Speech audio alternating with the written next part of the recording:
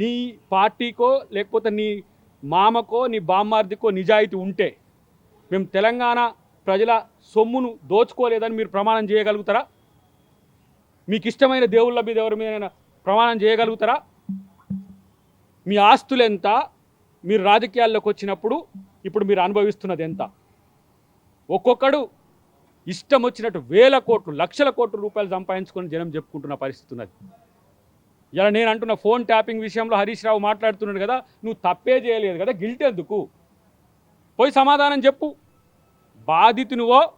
బాధ్యునివో తేల్చుకో. First బాధితునివైతే నీ మొర చెప్పుకో, బాధ్యుడివైతే సమాధానం చెప్పు.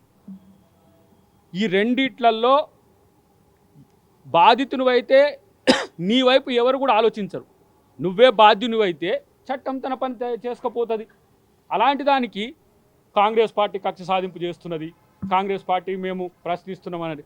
కాంగ్రెస్ పార్టీ కక్ష సాధించాలంటే మీరు అరెస్ట్ కావడానికి 2 సంవత్సరాలు కావాలన్నా?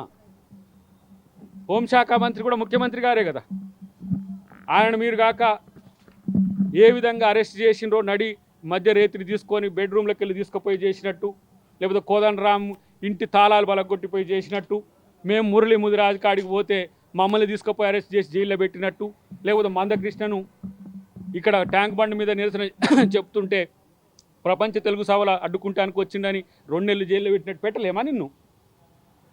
ఏం పెద్ద పొడింగ్లా?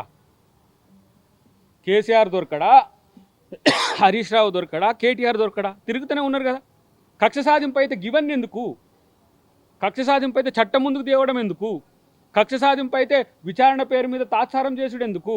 సభ్య సమాజం ముందు కాంగ్రెస్ పార్టీ ముద్దాయిగా ఉండడం ఎందుకు? కాంగ్రెస్ ప్రభుత్వం ముద్దాయిగా ఉండడం ఎందుకు? ఒక ఆయన అడుగుతున్నాడు ఇప్పుడు, సార్ మీరు ఇవన్నీ చేసిన ఆరోపణలన్నీ కూడా ఉత్తయ్యేనా సార్, రాజకీయాల కొరకు చేసిండ్రా? మీరు వాళ్ళని అరెస్టే చేస్తలేరు కదా అన్న వాళ్ళకి ఏం సమాధానం చెప్పాలి? కాబట్టి ఎప్పుడు ఏం చేయాలనే విషయంలో ప్రభుత్వం కూడా విచారణ సంస్థల మీద ఒత్తిడి తీసుకురావట్లేదు. వాళ్లకు సమయం దొరికినప్పుడు, కోడ్ ఆఫ్ కండక్ట్ లేనప్పుడు, సందర్భానుసారం ఎవరెవరు ఏ దశల్లో ఎవరిని విచారించాల్సిన పరిస్థితి వచ్చినప్పుడు వాళ్ళని విచారిస్తున్న పరిస్థితి మేము చూస్తున్నాము. ఇప్పుడు మాలాంటి వాళ్ళకు ఒక విచారణ కూడా ఉంది, ఎందుకు డిలే అవుతుందని.